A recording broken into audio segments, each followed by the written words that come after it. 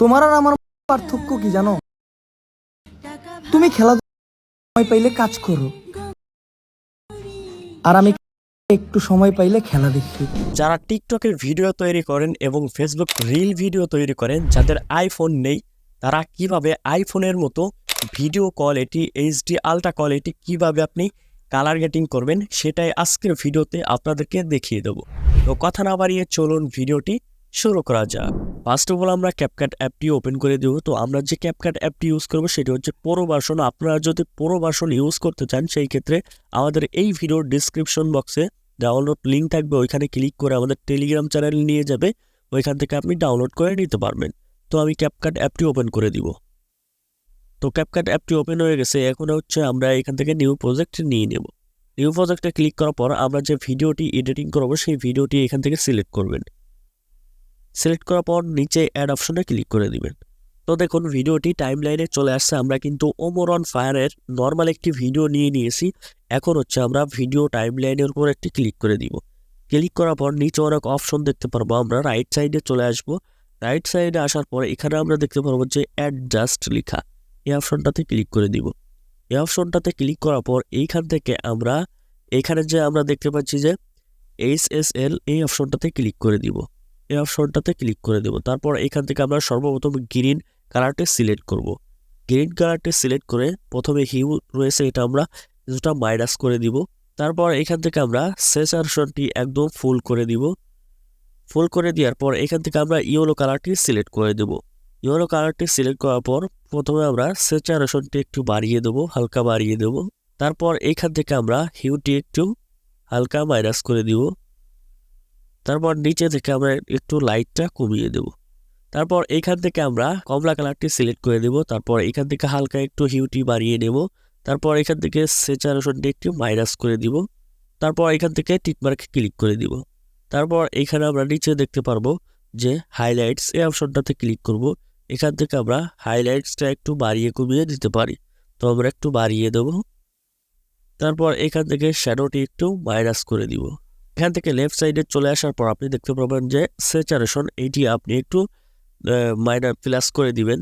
Plus করে দেওয়ার পর এখান থেকে টিক মার্কে ক্লিক করবেন। তারপর এখান থেকে আপনি এই অপশনটাতে একটি টাচ করে দিবেন। টাচ করার পর আপনার ভিডিও লেয়ারের উপর থেকে সিলেক্ট করাটি আনসিলেক্ট হয়ে যাবে। তারপর এখান থেকে নিচের দিকে আবার চলে আসবেন। তারপর অ্যাডজাস্ট ক্লিক করবেন। তারপর এখান থেকে আপনি আবার HSL এ চলে আসবেন। তারপর এখান থেকে কমলা কালারটি সিলেক্ট করে আপনি এখান থেকে স্যাচুরেশনটা একটু মাইনাস করে দিবেন। মাইনাস করে দেওয়ার পর এখান থেকে হিউটি একটু বাড়িয়ে দিবেন। তারপর এখান থেকে টিকমার্কে ক্লিক করে দিবেন। টিকমার্কে ক্লিক করে দেওয়ার পর এখান থেকে স্যাচুরেশনটা একটু প্লাস করে দিবেন হালকা। প্লাস করে দেওয়ার পর টিকমার্কে ক্লিক করে দিবেন। তো দেখুন এখানে কিন্তু অ্যাডজাস্টটা পুরো ভিডিও জুড়ে আপনি টেনে একদম সমান করে দিবেন। তারপর আবার ভিডিও টাইমলাইনের উপর ক্লিক করতে হবে। ক্লিক করার পর এখান থেকে আবার অ্যাডজাস্টে ক্লিক করে দিবেন।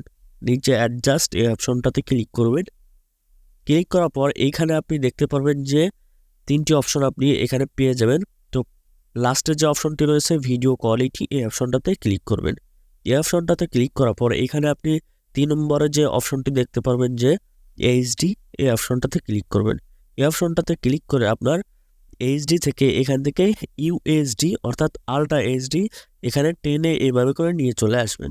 নিয়ে আসার পর আপনাকে 30 সেকেন্ডের মতো অপেক্ষা করতে হতে পারে, কারণ এইখানে ফুল ফিল আপ হওয়ার পর, কমপ্লিট হওয়ার পর তারপর আপনি টিকমার্কে ক্লিক করে দিবেন। এখান থেকে আপনি এটি কমপ্লিট হওয়ার পর একদম আলট্রা এইচডিতে কনভার্ট হয়ে যাবে ভিডিওটি।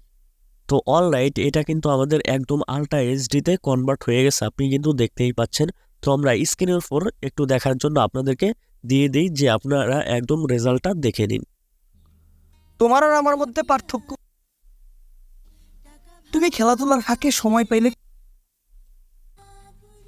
আর আমি তো এখন হচ্ছে ভিডিওটি সেভ করার আগে লাস্টে যদি টিকটকের যে লোগোটি থাকে সেটা আমরা ডিলিট করে নেব। তারপর এখান থেকে আমরা এইচডিটি সিলেক্ট করে দেব, একদম ফুল, একদম 2K-তে 4K-তে দিয়ে দিব। তারপর এখান থেকে ফ্রেম রেট আমরা 30-এ রাখবো। তারপর এখান থেকে কোড রেট MPPS হাই করে দেবো একদম। তারপর এক্সপোর্টে ক্লিক করব, ভিডিওটি এক্সপোর্ট হয়ে যাবে। তো দেখুন ভিডিওটি এক্সপোর্ট হওয়া শুরু হয়ে গেছে, আপনি গ্যালারিতে পেয়ে যাবেন। আজকের ভিডিওটি এই পর্যন্তই। যদি ভিডিওটি ভালো লেগে থাকে অবশ্যই একটি লাইক করবেন, চ্যানেলটি সাবস্ক্রাইব করবেন, ভিডিওটি শেয়ার করে দিবেন। ধন্যবাদ। সুস্থ থাকবেন, ভালো থাকবেন।